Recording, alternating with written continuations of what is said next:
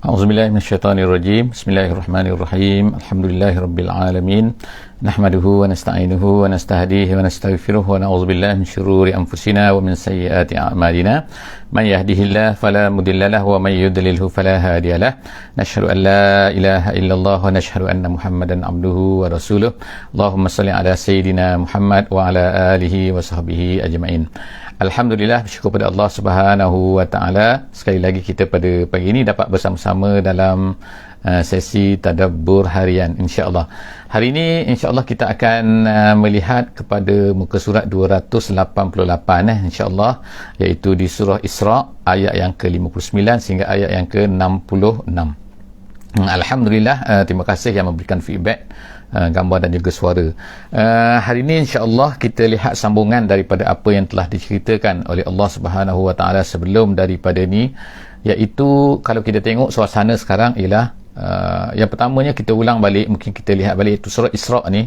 Surah Isra ini ialah namanya ialah Isra, iaitu perjalanan Nabi sallallahu alaihi wasallam daripada Makkahul Mukarramah kepada Masjidil Aqsa, sebagaimana yang disebutkan oleh Allah Subhanahu wa taala di permulaan surah ini.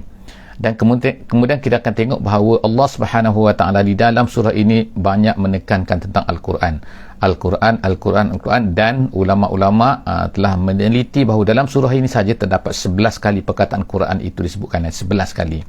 Jadi, dan ulama-ulama menyebutkan bahawa tema surah ini, namanya ialah surah Isra ni, temanya adalah menceritakan tentang Al-Quran, kehebatan Al-Quran, kebesaran Al-Quran, Quran ini daripada Allah Subhanahu wa taala dan sebagainya, dan juga menceritakan pertelingkahan dan juga bagaimana penolakan orang-orang kafir Quraisy ini kepada Nabi sallallahu alaihi wasallam. Mereka tolak apa yang dibawa oleh Nabi sallallahu alaihi wasallam ni, mereka tolak, dan Allah Subhanahu wa taala memberitahu kepada Nabi kita sallallahu alaihi wasallam, jawab macam ni kepada orang-orang kafir yang menolak Islam tu apabila diseru kepada Islam ni. Jadi insya-Allah kita akan tengok di sini kan, apa lagi yang diminta, apa lagi yang ditolak, apa lagi alasan orang-orang kafir ni untuk menolak dakwah ni kan. Kita akan tengok seterusnya insya-Allah di dalam muka surat 288 ni. A'udzubillahi minasyaitonirrajim. Bismillahirrahmanirrahim. Wama mana'ana an nursila bil ayati illa an kazzaba bihal awwalun wa atayna samudan naqata mubsiratan fazalamu biha wama nursilu bil ayati illa takhwifa. Sadaqallahul azim. Ayat yang ke-59 yang saya bacakan tadi. Insya-Allah kita akan tengokkan bahawa ayat ni disebutkan oleh ulama-ulama tafsir bahawa diturunkan selepas daripada orang-orang kafir Quraisy ni, mereka ni minta kepada Nabi sallallahu alaihi wasallam. Sebenarnya banyak benda yang mereka minta kepada Nabi sallallahu alaihi wasallam, tetapi antara yang mereka minta kepada Nabi ialah mereka minta supaya yang pertama, Bukit Safa tu ditukarkan menjadi emas. Bukit Safa yang sebesar-besar tu, tepi Kaabah tu, ada yang tempat kita sa'i tu daripada Safa ke Marwah, Bukit Safa tu dimintakan tukar menjadi emas, seketul tu yang besar tu. Itu nombor satu. Kalau dia kata, kalau kamu wahai Muhammad, kamu ni benar sangat, tukarkan bukit tu, minta kepada Tuhan kamu tu, tukarkan. Yang keduanya, mereka minta supaya alihkan bukit-bukit ni daripada Mekah ni, supaya Mekah ni jadi satu tanah yang kosong, satu lembah yang kosong, yang boleh kami nak bertani di situ, bertanam pokok-pokok lah, bertanam gandum ke, bertanam apa kan. Sebab kalau kita tengok muka bumi kawasan Mekah tu ialah kawasan muka bumi yang memang tak sesuai untuk bertanam sebab dengan bukit-bukitnya, jadi tak sesuai, dia bukan tanah rata. Jadi mereka berkata kepada Muhammad ni, Muhammad minta kepada Tuhan kau supaya ratakan tanah ni kan, tanah kawasan Mekah supaya kami nak bertanam. Tu permintaan. Adakah Allah Subhanahu wa taala layan mereka ni? Apa yang Allah Taala sebut sini ialah Allah Taala kata, wa ma mana'ana an nursila bil ayati illa an kazzaba bihal awwalun.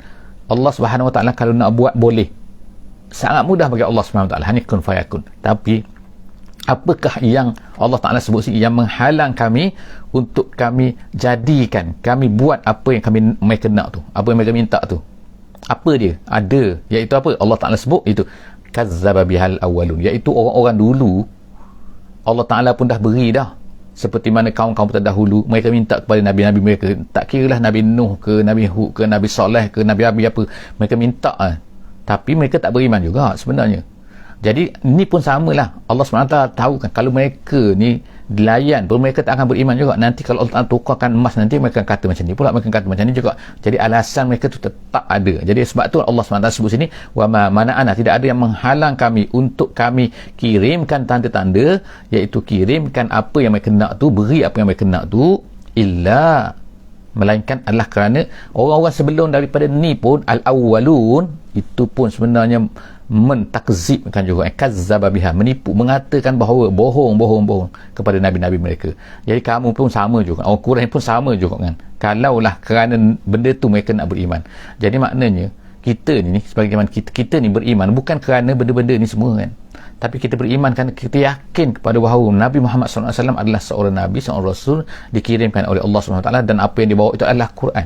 Seterusnya, wa ataina, Allah Ta'ala sebut contoh tu kan, tengok kan, di antara contoh-contoh orang terdahulu Allah Ta'ala sebut Samud, wa ataina Samud an-naqata mubsiratan, naqah, unta. Allah Ta'ala beri kepada kaum Samud tu unta, nampak mubsirah tu, nampak depan mata mereka, keluar daripada batu tu kan. Maknanya sebagai tanda menunjukkan bahawa Nabi Soleh ni adalah, Allah Ta'ala sebutkan kaum Samud ni sebab orang Arab ni, orang Arab Quraisy tahu kaum Samud ni kan mereka memang melalui, kalau mereka nak pergi ke Syam, mereka akan lalu kawasan tu. Sampai sekarang pun kan tempat tu adalah laluan iaitu dia satu tempat dinama Al-Ula, satu bandar di Arab Saudi tu nama dia Al-Ula. Lebih kurang 300 km daripada Mekah, lebih kurang 300-250 daripada Mekah tu, Mukarramah tu ada satu tempat nama dia Al-Ula tu, di situlah kaum Samud. Jadi sampai sekarang masih ada lagi. Allah Subhanahu Wa Ta'ala dah beri dah, tapi apa jadi? Dah beri tanda-tanda, mereka tak nak beriman. Fazalamu biha, bahkan mereka sembelih kan, mereka telah buat zalim terhadap unta tu, walaupun mereka nampaklah unta tu adalah tanda daripada Allah Subhanahu Wa Ta'ala. Fazalamu biha, mereka menzalimi unta tu, mereka sembelih unta tu sebagaimana disebutkan fa'aqarun naqah, Allah Ta'ala sebut dalam tempat lain, wa ma nursilu bil ayati illa takhwifa. Ingat Allah Subhanahu Wa Ta'ala, Allah Ta'ala kata kami tidak mengirimkan al ayat, tanda-tanda ni, melainkan takhwif, untuk menakutkan, memberitahu kepada mereka kan bahawa azab ni akan datang kalau kamu, jadi kalau kamu tak percaya juga, jadi kamu nak ke? Allah Ta'ala seolah-olah tanya macam itulah kepada orang kafir Quraisy, orang tak nak beriman ni. Wa iz qulna lak inna rabbaka ahata bin nas, dan ingatlah wahai Muhammad ketika kami katakan kepada kamu bahawa Tuhan ni, inna rabbaka, sesungguh Tuhan kamu, ahata bin nas, tahu semua sebenarnya. Apa yang manusia begini Allah Ta'ala tahu semua kan.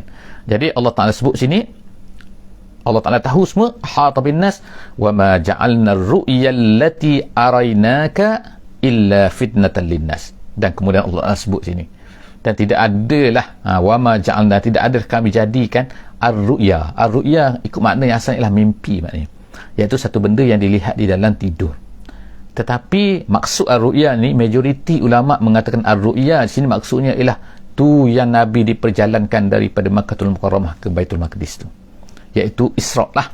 Jadi Allah SWT sebut sini walaupun ada makna, beberapa ulama lain memberi makna yang lain ar-ru'ya di sini ni, mimpi di sini ni, tapi Allah Ta'ala sebutkan nama mimpi, walaupun sebenarnya bukanlah mimpi tu kan, tapi nampak satu benda yang berlaku dengan cepat, jadi seolah-olah macam mimpi kan. Jadi Allah Ta'ala sebut, dan kami tak jadikan mimpi ataupun apa yang Allah Ta'ala jalankan kamu daripada Makkahul Mukarramah ke Baitul Maqdis itu, allati araynaka, dan juga apa yang kami tunjukkan tu dalam seolah-olah macam mimpi tu kan, mimpilah bagi orang biasa kan. Jadi illa fitnah, Allah Ta'ala kata semua benda tu adalah menjadi fitnah.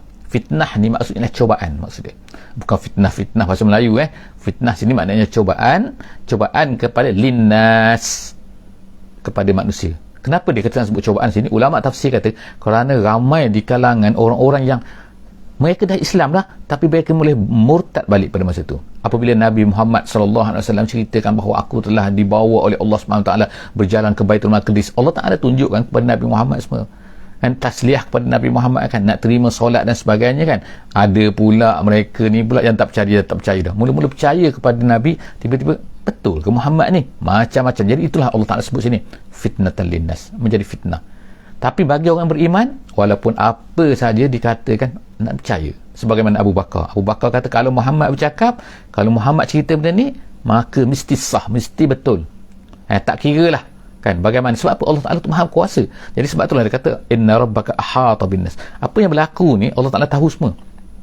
manusia ni. Jadi kemudian itu yang pertama, iaitu ar-ru'ya tadi itu. Yang keduanya, apa lagi yang menjadi cubaan kepada manusia? Allah SWT sebut sini wasyajaratal mal'unata fil Quran, dan pohon yang mal'unah. Pohon mal'unah di sini maksudnya ialah pokok zakum yang disebutkan oleh Allah Subhanahu wa taala di dalam Quran. Jadi Allah Taala sebut itu wasyajaratal mal'unah, dan juga pokok al-mal'unah. Orang Arab panggil kalau pokok-pokok ni yang menyakitkan, yang menyusahkan, yang menyeksakan, maka dipanggil al-mal'unah. Jadi Allah Taala sebut sini pokok yang mal'unah, pokok yang menyakitkan lah, kita kata, bukan yang dilaknati. Fil Quran, dalam Quran, iaitu pokok zakum itu disebutkan oleh Allah SWT sebut. Jadi Allah Taala sebutkan bahawa nanti di akhirat nanti akan ada pokok zakum dan sebagainya itu dalam Quran. Jadi perkara itu kadang-kadang menjadi ujian menjadi ujian bagi setengah orang. Dia kata, betul ke Muhammad ni kan? Betul ke pokok ni ada ni kan? Jadi setengah orang tak percaya bahawa begini dan beginilah kan. Jadi dua-dua ni Allah Taala kata wa ma ja'alna ar-ru'ya, nombor satu, dan yang kedua wa ma ja'alna asy-syajarah al-mal'unah. Kalau ikutnya dari segi, sebab itu waw di situ adalah dipanggil waw ataf. Jadi seterusnya Allah Taala kata wa nukhawwifuhum fama yaziduhum illa tughyanan kabira. Allah Taala kata, dan kami takutkan mereka. Makna Allah Taala sebut semua benda-benda ni kan. Tengok kan, kalau dalam ar-ru'ya yang Nabi SAW tengok kan, apa yang Nabi tengok di dalam semasa Isra' tu kan, macam-macam kan, manusia macam ni, dalam neraka macam ni. Dia jumpa Nabi-Nabi ni kan, semua dia jumpa kan dalam macam-macam. Kita tengok dalam Isra' Mi'raj tu kisah yang panjang lah kan. Kita boleh baca insya-Allah dalam hadis-hadis yang sahih, diceritakan bahawa Nabi jumpa macam-macam sekali. Jadi semua benda tu adalah merupakan, Allah Ta'ala kata wa nukhawwifuhum fama yaziduhum. Allah Ta'ala bila sebutkan neraka, bila sebutkan pada zakum, semua tu untuk menakutkan mereka kan, nak memberi peringatan kepada mereka. Tapi apakah mereka ni takut? Tak. Fama yaziduhum, Allah Ta'ala kata tidak adalah menambahkan mereka itu illa tughyanan kabira, melainkan mereka itu adalah lebih kepada tughyanan, lebih jahat lagi. Bukan dia takut, tapi lebih jahat lagi, tughyanan. Jadi Allah SWT sebut selepas itu, kita tengok lagi kan, wa iz qulna lil malaikah. Allah Ta'ala sebut sini orang kafir Quraisy ini yang degil. Jadi kemudian tiba-tiba sekarang ni masuk dalam ayat 61 ni, Allah Ta'ala sebut cerita tentang malaikat iblis ketika Allah Ta'ala minta kepada malaikat dan iblis semua tu yang berada di syurga pada masa itu sujud kepada Adam. Tiba-tiba iblis tak nak sujud, kesombongan dia. Jadi Allah Subhanahu Wa Taala, menurut ahli tafsir kata, Allah Ta'ala sebutkan perkara ni iaitu perkara tentang kisah Nabi Adam ni selepas daripada cerita perkara ni adalah untuk mengatakan bahawa orang-orang kafir Quraisy ni macam ni lah perangai dia, samalah perangainya macam iblis ni. Iblis ni sombong, iblis ni dengan Allah Subhanahu Wa Taala samalah ni. Macam tu lah, orang kafir Quraisy pun sama lah macam tu. Kalau tunjukkan apa-apa bukti, bukan mereka nak percaya pun, mereka tak nak percaya pun kan. Jadi lebih baiklah lah, tak perlu ikut sangat apa yang mereka nak ni kan. Sebab kalau ikut pun nanti akan lebih bala lagi. Sebab kalau Allah SWT dah turunkan ayat kepada mereka ni, jaga-jaga, akan lebih dahsyat lagi bala ni. Jadi Allah SWT sebut sini wa iz qulna lil malaikah, dan ingatlah wahai Muhammad ketika kami berkata kepada malaikat usjudu li Adam, sujudlah kepada Adam. Kemudian kata sujudlah kepada Adam, kemudian fasajadu. Fa di sini ulama kata fa tu maknanya maka ni menunjukkan kepada immediately, maksudnya segera dilakukan oleh malaikat tu kan. Allah Ta'ala sebut sujud, mereka semua sujud, tak ada bantah, tak ada banyak songe, tak ada banyak tanya, tak ada banyak kenapa perlu sujud dan sebagainya, tak ada. Fasajadu, terus mereka tu sujud. Allah Ta'ala kata melainkan illa iblis, melainkan iblis qala, dia banyak tanya. Tengok sikap dia yang kita kata jahat dengan Allah Subhanahu Wa Taala kan, sikap celupanya, sikap apa. Dia kata apa? Dia kata asjudu liman khalaqta tina, adakah aku akan sujud kepada satu benda yang mana kau ciptakan daripada tanah? Tengokkan dia, Allah kata sujud, tapi mereka ni banyak pula tanya-tanya pula kan, kenapa aku perlu sujud? Tengok kan, ini adalah Allah Ta'ala ceritakan perangai iblis ni nak beri peringatan kepada kita. Macam inilah sebahagian daripada manusia pada hari ini. Bila Allah Subhanahu Ta'ala kata satu benda yang memang jelas, yang memang jelas, yang tak jelas tu banyak khilaf ulama, tu cerita lain. Ni cerita yang jelas, Allah Ta'ala kata buat macam ni kan, tiba-tiba dia tak nak ikut, banyak tanya pula, kenapa? Ini Allah Ta'ala gambarkan perangai iblis ni. Jadi iblis kata asjudu liman khalaqta tina, adakah aku akan sujud kepada satu benda yang mana engkau ciptakan daripada tanah? Qala, tengok dia kata lagi, iblis kata ni, qala ara'aitaka hadzal ladzi karramta alayya. Dia kata, Tuhan, dia takut pada Allah, kan, dia hormat pada Allah, tapi cara dia tu, hormat ni maksudnya dia tahu kedudukan Allah Subhanahu Taala tu yang menciptakan dia dan sebagainya, tetapi cara dia cakap, dia hina apa yang diciptakan oleh Allah tu. Allah Taala ciptakan manusia Adam tu daripada tanah. Jadi dia kata, ara'aita, kamu tengok tak ya Allah, hadzal ladzi karramta alayya, yang kamu hormat ni, kamu beri penghormatan ke atas aku lebih daripada aku ni. Ya Allah, dia ni diciptakan, maknanya dia memperlekehkan Adam tu, memperlekehkan kejadian Allah Subhanahu Wa Taala. Dia kata, Allah, dia kata dia ni diciptakan daripada tanah, tiba-tiba kau nak muliakan lebih daripada aku diciptakan daripada api. Sebagaimana dalam ayat lain kan disebutkan bahawa dia diciptakan daripada api. Jadi dia kata, kau ciptakan ini daripada tanah, tiba-tiba kau nak lebih muliakan daripada aku. Dia kata, ara'aitaka hadzal ladzi karramta alayya. Dia kata, akhirnya dia kata apa? Dia tak nak juga sujud. Dia berdebat, dia bertanya banyak kepada Allah Subhanahu Wa Taala. Kemudian dia kata, la in akhartani ila yaumil qiyamah, ya Allah, boleh tak kau lambatkan aku sehingga hari kiamat? Sebagaimana dalam surah Al-A'raf kita bacakan bahawa dia minta kepada Allah Subhanahu Wa Taala nak hidup sampai hari kiamat, dan Allah Subhanahu Wa Taala perkenankan apa yang dia nak tu. Okey, tak apa, kau nak hidup sampai hari kiamat, okey. Dia kata, la in akhartani, kalau kau lambatkan aku ila yaumil kiamat, kau jangan matikan aku sehingga sampai hari kiamat, la ahtanikanna. Dia kata la ahtanikanna ialah maksudnya ialah asal makna hanik ni makna ni, iaitu langit sebelah dalam ni, dalam mulut kita ni kan ada langit kita panggil kan, sebelah atas ni, itu nama dia ialah kalau kanak-kanak kecil, budak-budak kecil kita panggil tahnik tu maknanya kita letakkan sedikit benda manis daripada kurma tu, letak itu tahnik. Jadi la ahtanikanna ni digunakan dalam bahasa Arab, maknanya ialah mengheret, seolah macam mengheret lembu tu tali hidung tu, macam tu kan, itu. Dalam terjemahan mungkin dia kata tahnik ni ialah menguasai dan sebagainya, tapi maksud asal makna la ahtanikanna itu maksud dia, iaitu aku akan heret dia. Iblis kata ni la ahtanikanna zurriyatahu, aku akan heret. Nabi Adam ni tak boleh. Nabi Adam ni dia tak boleh nak buat, dia tahu ini adalah Nabi kan, tapi dia kata tak. Tapi dicuba juga Nabi Adam, iaitu keluarkan dari dalam syurga. Kita tengok kan, tapi dia dah janji kepada Allah Subhanahu Wa Taala, aku akan heret, aku akan tarik hidung zurriyatahu, hidung zuriat dia, iaitu keturunan dia. Kita semualah kan keturunan Nabi Adam kan, keturunan daripada anak-anak Nabi Adam semua, kita semua ni dah diminta oleh iblis tu kepada Allah Subhanahu Wa Taala supaya boleh heret, illa qalila, melainkan sikit saja. Jadi artinya sini kan, Allah Ta'ala dah sebutkan dalam Quran ni bahawa banyak manusia ni akan ikut iblis, akan ikut perangai iblis. Ikut apa? Bukan ikut ditarik hidung oleh iblis kan. Kita nampak macam hebat, tapi sebenarnya bila buat maksiat tu, bila langgar perintah Allah tu, sebenarnya sedang diheret, sedang ditarik hidung dia oleh iblis, sebagaimana iblis minta kat sini kan. Kemudian seterusnya Allah Subhanahu Wa Ta'ala kata kepada iblis ni, Allah Ta'ala kata, qala izhab faman tabi'aka minhum. Allah Ta'ala kata, pergi kamu, izhab faman tabi'aka minhum, siapa-siapa saja yang ikut kamu. Allah Ta'ala kata, tak kira nak iblis ke, jin ke, ataupun manusia ke, fa inna jahannama jazaukum jazaa'an mawfura. Allah Ta'ala kata, balasan kamu, fa inna jahannam ialah jahannam, fa inna jahannama jazaukum, balasan untuk kamu semua ialah neraka jahannam, dan itu adalah jazaan maufura, satu balasan yang maufura, maksudnya yang setimpal, maknanya memang eloklah, sedang-sedang eloklah untuk kau, tak apa. Jadi Allah Ta'ala dah katakan kepada iblis, kau buat okey tak apa, kau masuk neraka nanti, dan orang-orang ikut kau semua akan masuk neraka nanti, jaga kau. Kau pergilah, pergi siapa ikut kau. Jadi kini peringatan kepada kita semualah pada hari ni, nak ikut syaitan ke, nak ikut iblis ke, nak ikut Nabi SAW. So kita ada dua jalan sekarang, tak ada tiga jalan kan, ada dua saja kan, sama ada ikut syariat ataupun ikut iblis. Jadi kemudian seterusnya kan, Allah SWT kata kepada iblis, wastafziz.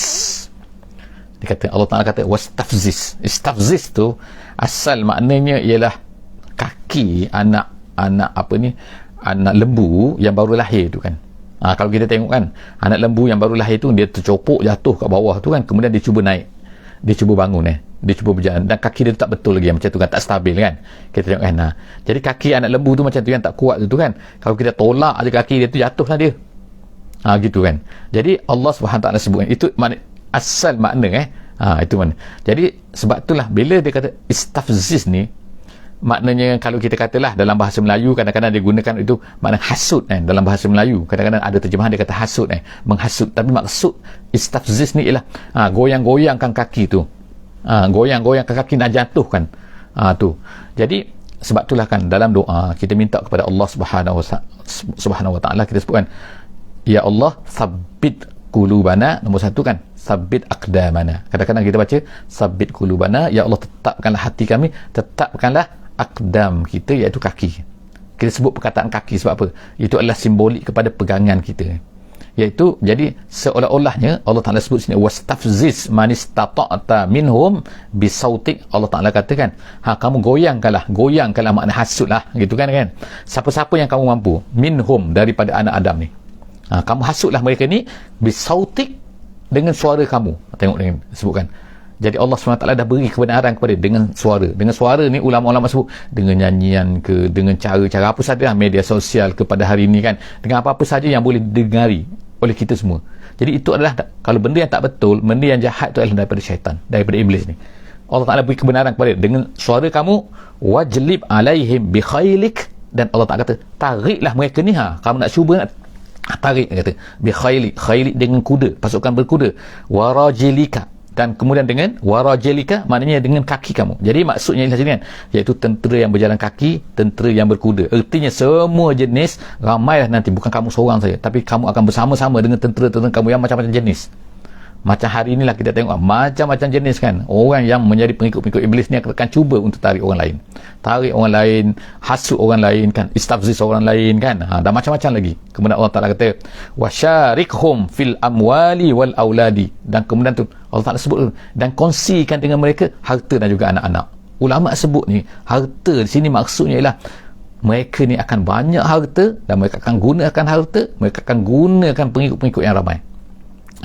Yang sebut ni aulad ni lah anak-anak asalnya. Anak-anak ni ditafsirkan dengan iaitu tentera-tentera yang ramai, pengikut-pengikut yang ramai, anak-anak yang dilahirkan anak-anak yang berdosa, dan kemudian harta-harta yang berdosa yang digunakan untuk menghasut manusia ke jalan syaitan, ke jalan iblis mereka ni kan. Jadi Allah Ta'ala sebut semua sini kan, dengan suaranya, dengan hartanya, dengan pengikut-pengikut yang ramainya, dengan tentera-tentera berkudanya, makna tentera berkuda dan terjalan kaki, makna dengan macam-macam cara kan mereka akan gunakan. Allah Ta'ala dah beri kebenaran wa'idhum, dan Allah Ta'ala kata last sekali wa'idhum, tak apa, kamu beri janji kepada mereka, beri janji kepada orang-orang yang nak mengikut kamu ni, beri janji, tapi Allah Ta'ala beri warning yang terakhir tu kan, wa ma ya'iduhumus syaitan illa gurura, dan tidak adalah apa yang dijanjikan oleh syaitan itu melainkan tipu semua. Dah kan Allah Ta'ala beri kemudian tak apa, kamu buat, tapi ingat kan apa yang kamu buat ni semua tipu. Jadi kita tengok pada hari ni kan, ini kehidupan yang selesa, kita akan gini, macam-macam kita kan, masa depan yang cerah, janganlah ikut Islam ni kan, ikut Islam ni susah kan, macam-macam lah kita kata, kalau ikut ni takkanlah kita ni sampai bila nak ikut Islam ni kan, sampai bila nanti kan. Tengok kan manusia ni kan, dia istifzaz kita, dia panggil istifzaz dengan dia goyang-goyangkan iman kita kan, dia goyang-goyangkan janji macam-macam kepada manusia ni kan, supaya ikut mereka. Tapi Allah Ta'ala kata semua tu adalah penipu semua, gurur semua kan. Seterusnya Allah SWT sebut seterusnya, iaitu Allah SWT sebut dalam ayat yang ke-65, inna ibadi laisa laka alaihim sultan. Tapi Allah Ta'ala kata sesungguhnya hamba-hambaku, hamba-hamba artinya ialah orang-orang yang mengikut Allah Subhanahu Wa Ta'ala, sesungguhnya orang-orang yang mengikut, hamba-hamba yang mengikutku, orang-orang yang memperhambakan diri kepada aku, laisa laka, tidak adalah untuk kamu, alaihim, ke atas mereka, sultan maksud kekuasaan, maknanya kamu tak boleh menguasai. Kamu nak buat apa-apa pun, kalau orang tu menjadi hamba Allah Subhanahu Wa Ta'ala yang betul-betul tunduk pada Allah, kamu tak akan dapat kontrol dia. Jadi sebenarnya syaitan ni lemah, iblis ni sebenarnya lemah, dia tak mampu. Kalau ikutnya, dia dapat melihat kita tak dapat lihat dia. Sepatutnya dia ni power lah kan, dia boleh buat apa-apa saja, tapi kenapa dia tak buat apa-apa? Katakan kalau dia kuat sangat, buatlah. Tengok dia tak mampu nak buat kan. Sebab apa? Allah Ta'ala tak beri kepada dia. Dia sebenarnya lemah sebenarnya kan. Dia syaitan, iblis ni sebenarnya lemah. Cuma dia cuba menghasut kita saja. Dia tak boleh tarik tangan kita kan. Yang tarik tangan kita ni manusia kan.